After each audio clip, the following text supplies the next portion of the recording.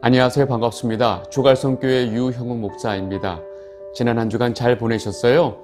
12월 둘째 주일 아침에 변함없이 여러분들하고 이렇게 로마서 말씀으로 만나게 돼서 얼마나 감사한지 모르겠습니다. 매 주일 아침 이렇게 말씀을 준비하고 전하는 저에게도 또 지금 이 영상을 보고 계신 여러분들에게도 하나님께서 이 모든 것을 허락하셨기 때문입니다. 오늘 말씀과 예배를 통해서 여러분들 모두가 믿음을 따라 행하는 여러분들이 되시기를 바랍니다. 그리고 우리에게 그 믿음을 주신 하나님 아버지께 감사와 영광을 돌리게 되시기를 바랍니다. 오늘 우리에게 주시는 말씀 보겠습니다. 로마서 14장 18절입니다. 이로써 그리스도를 섬기는 자는 하나님을 기쁘시게 하며 사람에게도 칭찬을 받느니라. 아멘. 오늘 말씀을 전하기 전에 제가 간단히 광고 두 가지만 좀 전하고 말씀을 전하도록 하겠습니다. 첫 번째는 제가 이미 커뮤니티 글에 올렸던 내용인데 대전에 계시는 홍영숙 권사님의 그 남편 박찬영 집사님께서 지난주에 췌장암 진단을 받았습니다.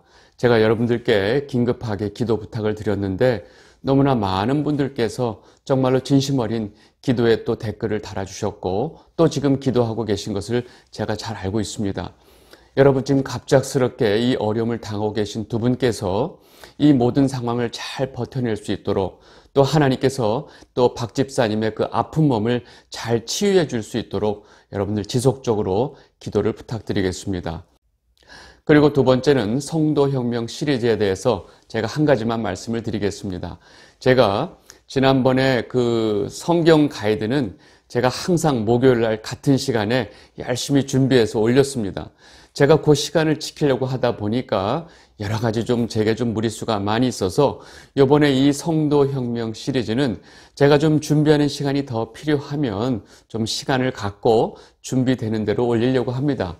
그래서 때로는 또 목요일 날 빠질 경우가 있으니까 여러분들 혹시 목요일 날 영상이 안 올라오더라도 특별히 염려하지 않으셨으면 좋을 것 같습니다. 제가 준비가 더 필요한가 보다라고 생각하시면 좋을 것 같습니다. 오늘 우리가 읽은 이 본문 말씀은 우리가 참 많이 들었고 잘 아는 말씀입니다.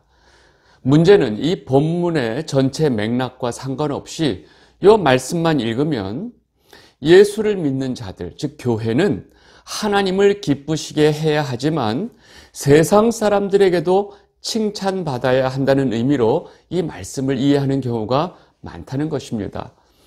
너무나 쉽게 이 말씀을 그렇게 이해하고 또 그렇게 설교를 하고 계신 분들이 많이 계십니다.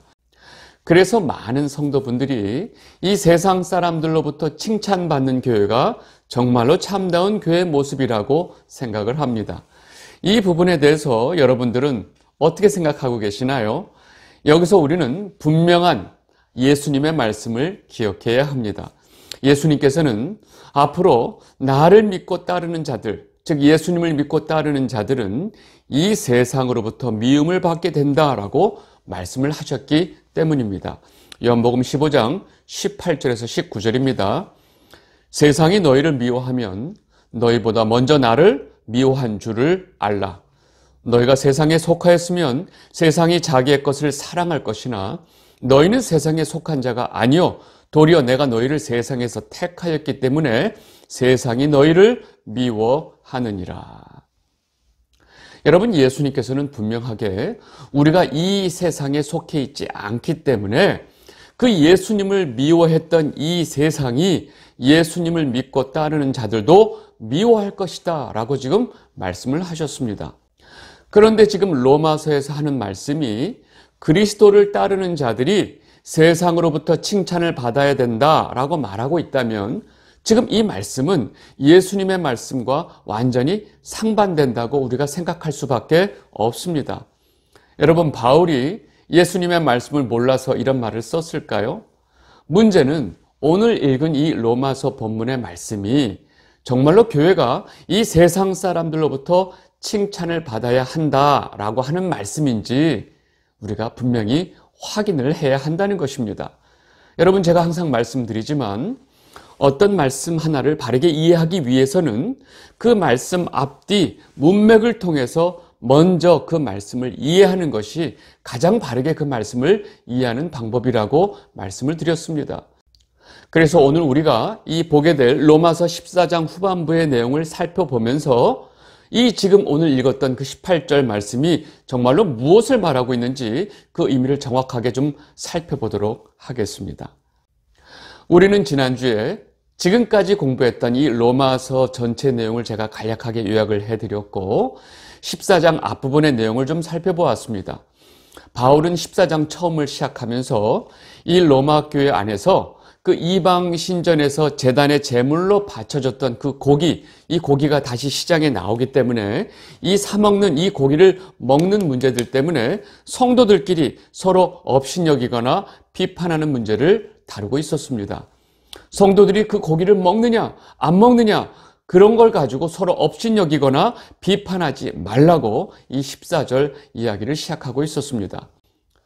바울이 이렇게 말하는 이유는 우리 모두가 우리 자신의 것이 아닌 주님의 것이기 때문에 그렇습니다.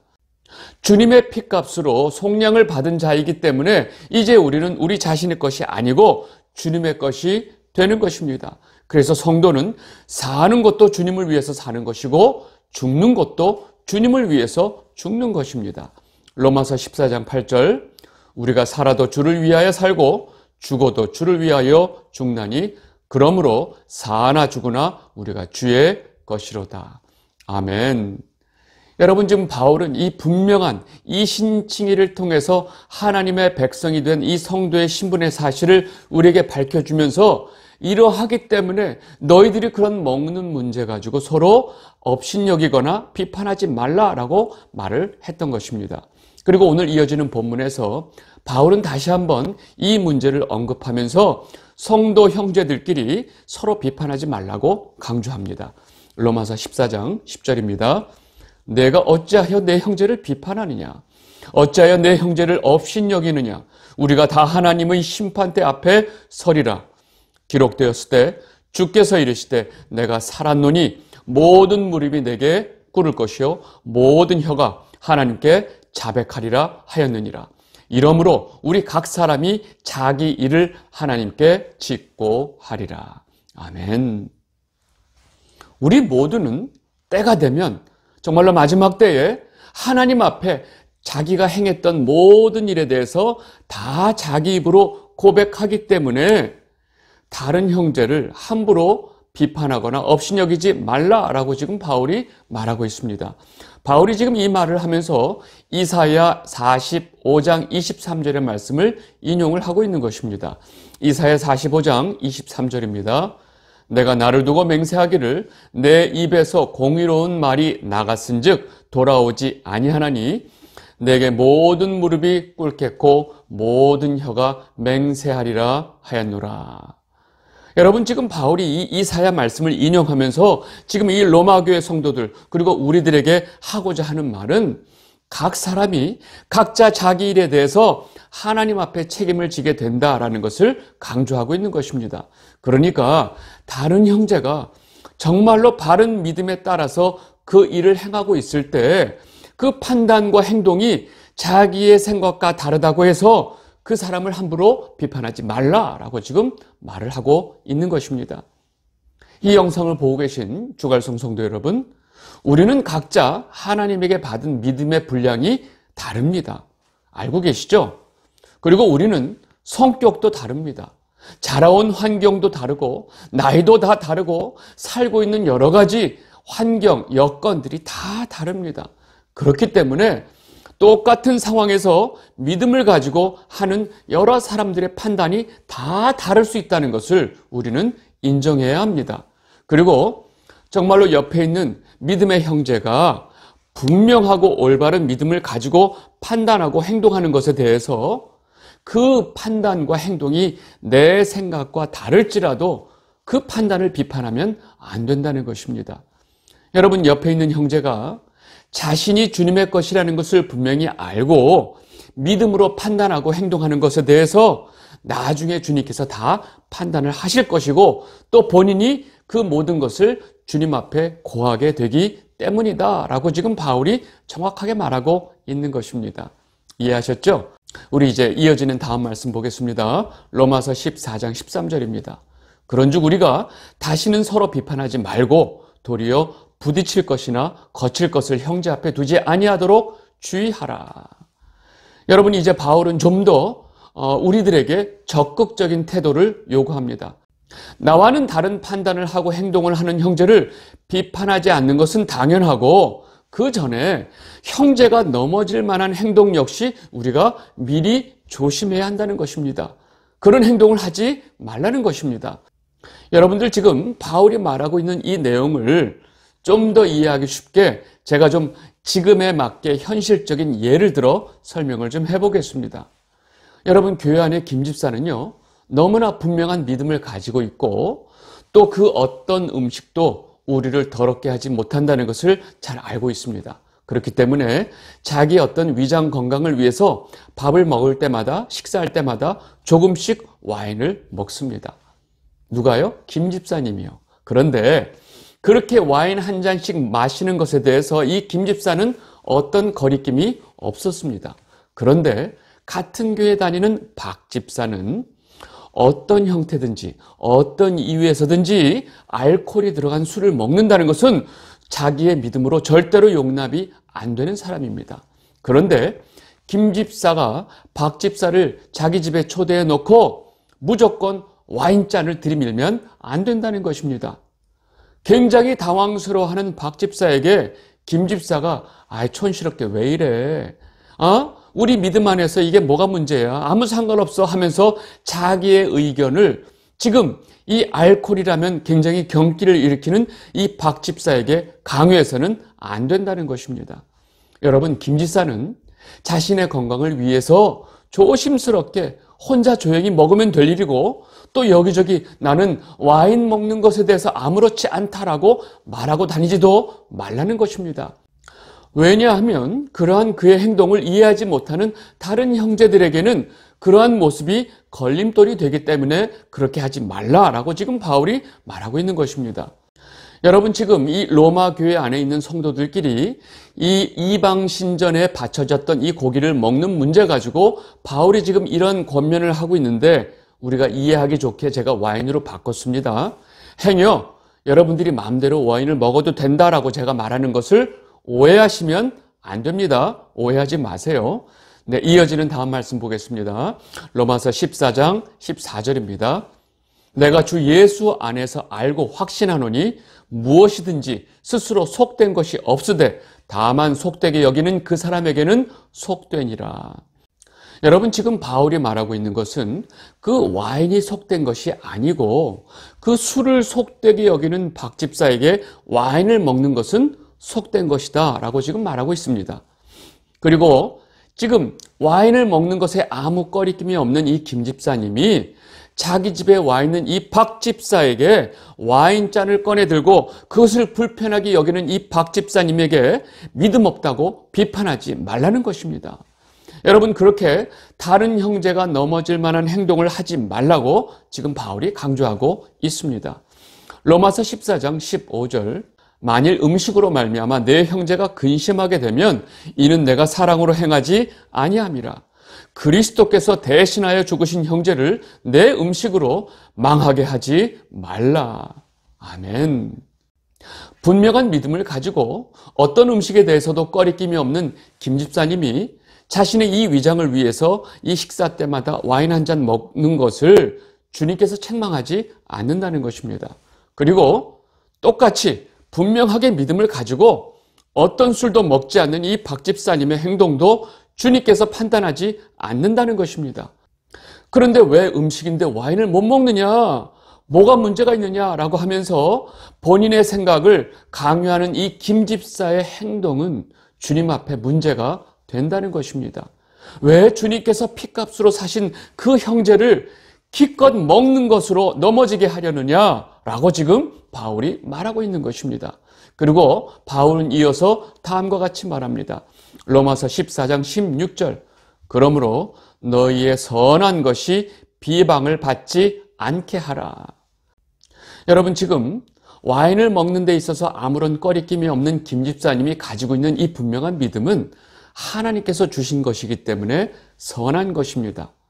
그 선한 믿음으로 한 행동이 다른 형제에게 비방을 받지 않게 하라라고 지금 말하고 있는 것입니다. 그리고 그렇게 먹는 것으로 교회 안에서 형제들이 서로 넘어지고 시험 들게 하는 것은 하나님 나라의 백성으로 전혀 옳지 않다라고 지금 바울이 강조하고 있는 것입니다. 로마서 14장 17절입니다. 하나님의 나라는 먹는 것과 마시는 것이 아니요 오직 성령 안에 있는 의와 평강과 희락이라. 아멘.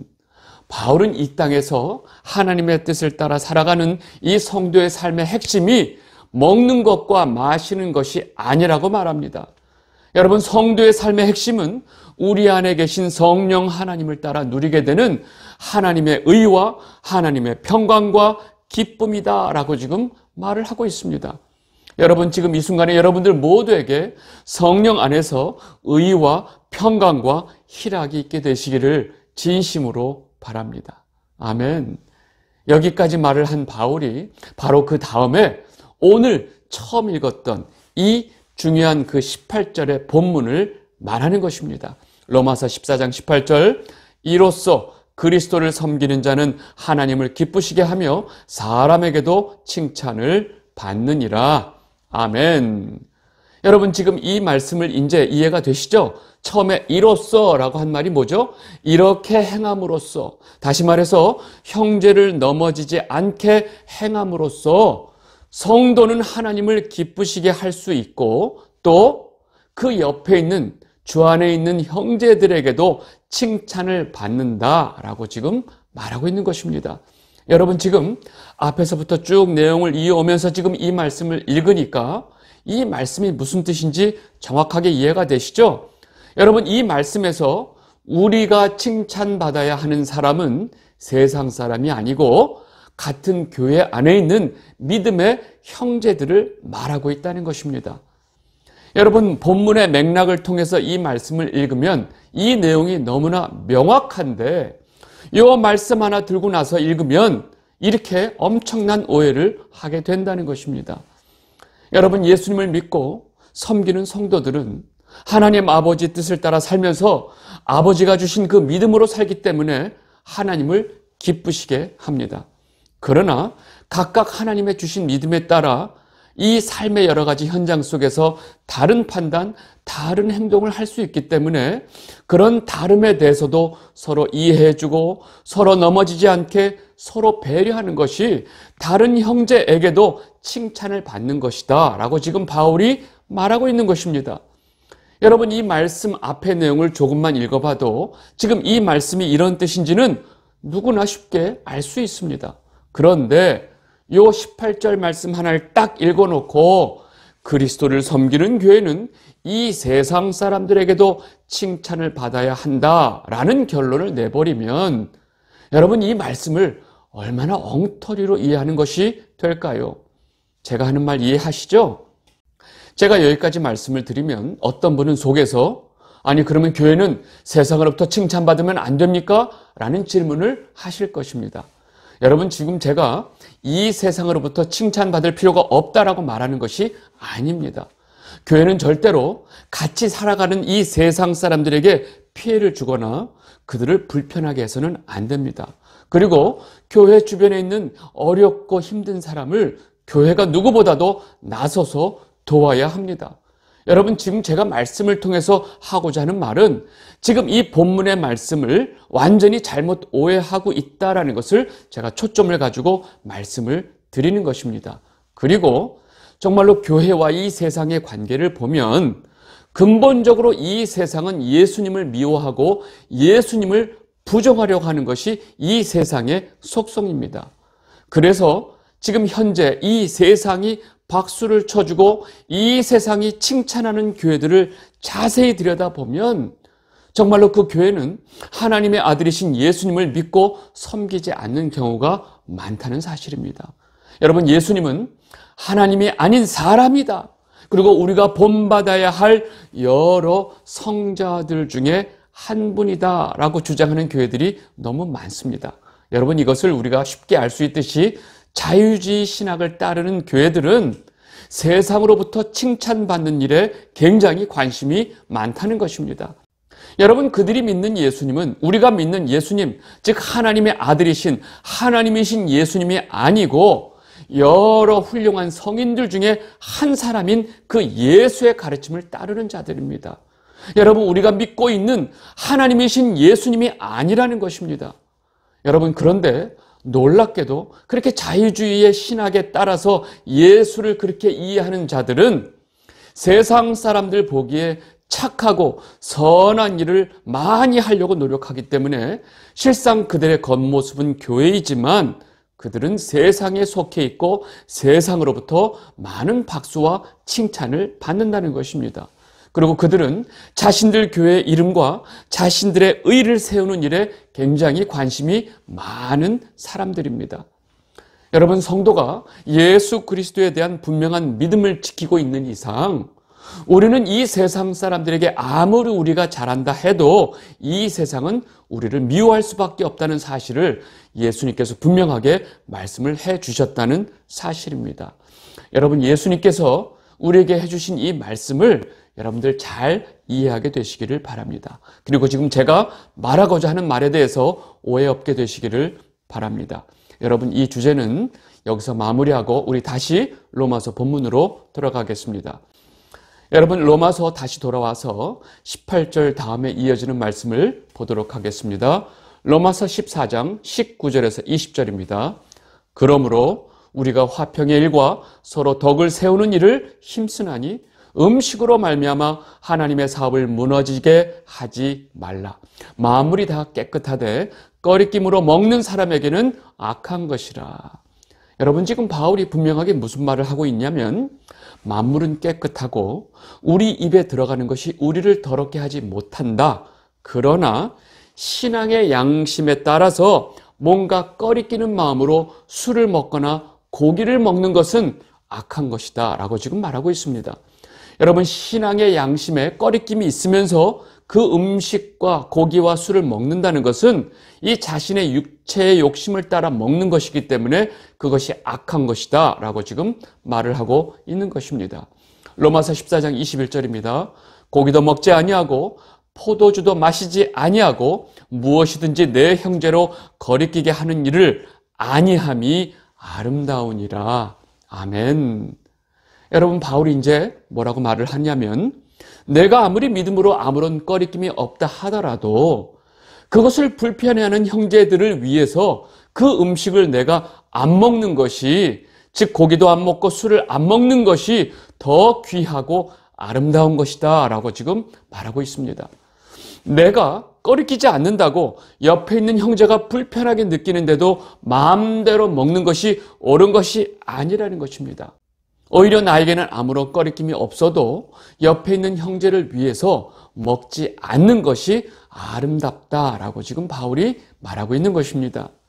이 영상을 보고 계신 주갈성 성도 여러분, 여러분들 모두가 아름답게 살게 되시기를 진심으로 바랍니다. 아름답게 사는 것이 무엇인지 이제 분명히 아시겠죠? 그러니까 다시 말하면 먹는 것보다 옆에 있는 형제를 더 생각하라 라고 바울이 말하고 있습니다. 다음 말씀 보겠습니다. 로마서 14장 22절 23절입니다. 내게 있는 믿음을 하나님 앞에서 스스로 가지고 있으라. 자기가 옳다 하는 바로 자기를 정죄하지 아니하는 자는 복이 있도다. 의심하고 먹는 자는 정죄되었나니 이는 믿음을 따라 하지 아니하였기 때문이라. 믿음을 따라 하지 아니하는 것은 다 죄니라. 여러분, 지금 바울이 하고 있는 이 말씀이 잘 이해가 되세요? 잘 보세요. 지금 바울이 무슨 말을 하고 있냐면 자신의 믿음을 따라서 이건 아니다 라고 생각하는 것은 절대로 하지 말라라는 것입니다.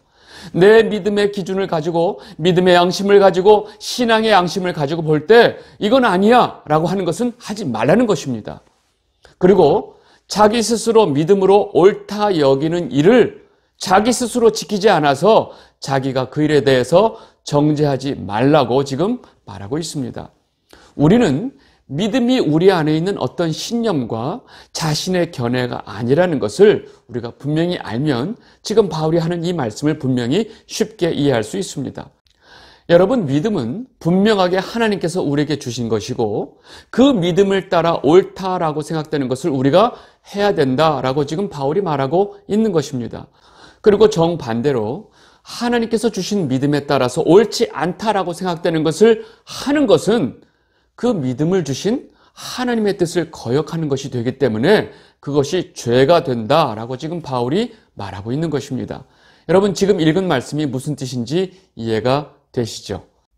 여러분, 제가 이제 이 말씀을 마무리해야 되는데 설교를 듣는 내내 여러분들 마음속에 혹시 한 가지 질문이 계속 남아있지 않을까라는 염려가 됩니다.